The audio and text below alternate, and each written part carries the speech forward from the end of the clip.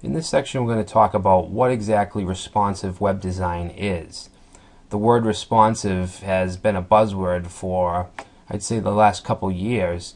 When responsive web design came out, people thought of it as more complicated than it needs to be, or than it really is. So what is responsiveness? It's pretty easy to understand. It's just an approach to designing websites that offers an easy browsing and navigation on a wide range of devices.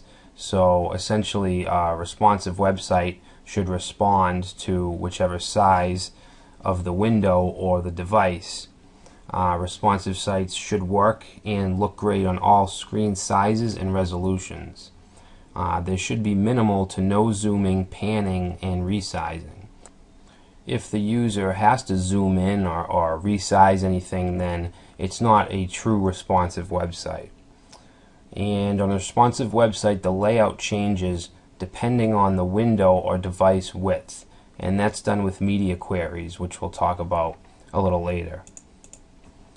So to put it simple and clear, the main goal of responsive web design is to give the user the best experience possible, no matter which device, resolution, or browser they're using. It should be the same experience across all the devices that are available. So, talking about devices, here is the most popular devices that people are using to browse the internet.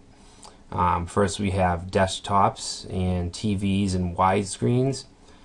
Some people have their computers hooked up to maybe a 60-inch TV or maybe a smart TV. So you have to think about those huge screens as well. I know that those are left out in a lot of areas. Then we have laptops and mini laptops, iPads and other tablets, mini tablets such as the iPad mini, and smartphones, which is obviously probably the biggest device to really make sure that your site's optimized for. And of course, there's more to come. There's always new inventions and devices coming out, so I'm sure this list will grow as the future moves along. Alright, so responsive design tips. I'd say the biggest tip of all is to keep everything simple. Keep it clean and semantic, but simple. Use HTML5 doc type and guidelines. Use simple techniques for elements. And a really important aspect of responsive web design is having a fluid layout. So what that means is we want to use percentages for the width of certain elements instead of a fixed amount of pixels. And that can be really tough. I can totally understand that because I've always been a designer that has used a 960 pixel layout, and now I'm starting to use fluid images and fluid layouts, and it's working really well, so I definitely suggest that.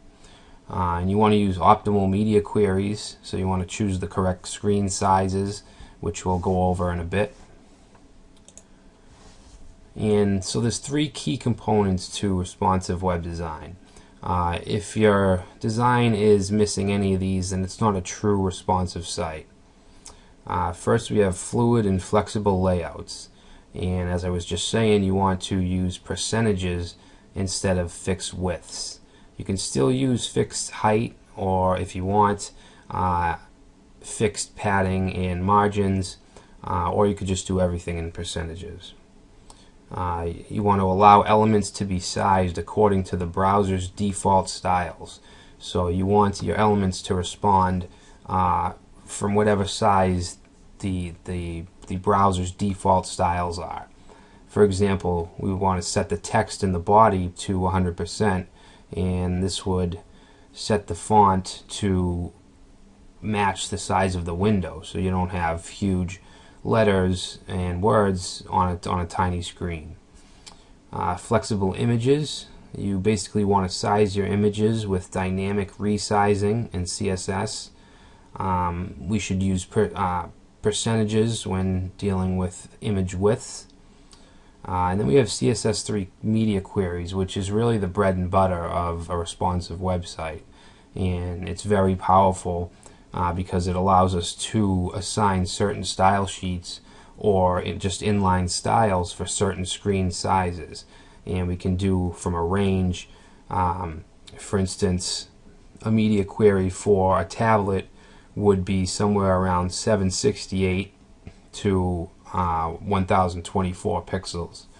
For a smartphone, some of the bigger phones are 320 pixels to 568 pixels. So if that sounds like gibberish to you, don't worry, we'll talk more about that later.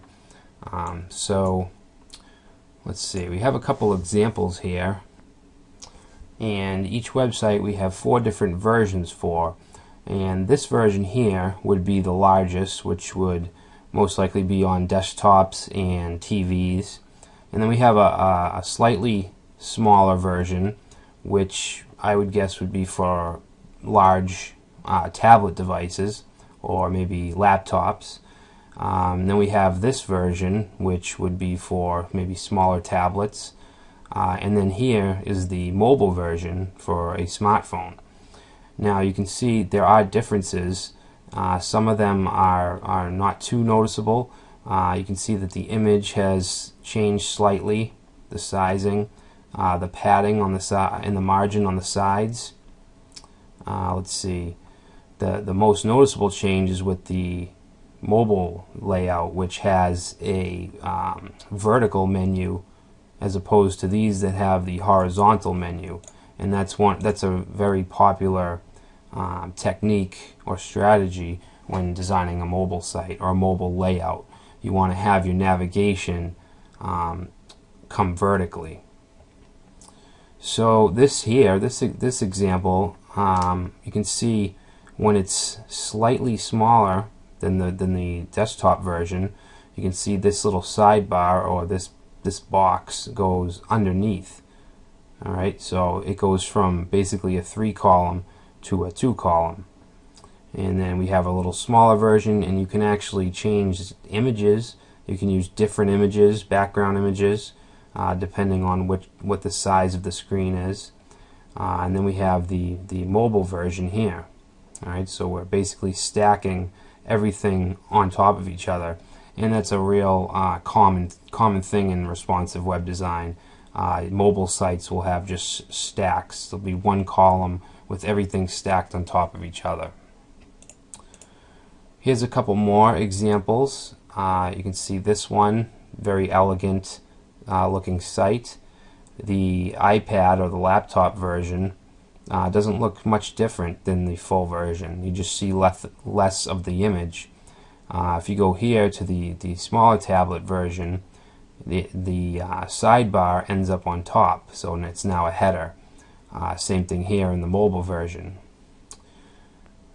And this site here actually has a pretty good example of fluid images or flexible images. You can see it's changed with each variation. It's very small here with the 1-column layout. So frameworks. There are a lot of HTML5 responsive frameworks. One of, if not the most popular, is Twitter Bootstrap, which we have dedicated the second part of this series to. It's very popular and very useful. We'll check out some of the other frameworks as well in the Tools of the Trade section. Not really use them, but just talk about which ones are available to us. So that's it for this section. Next we'll be getting into responsive web design strategies.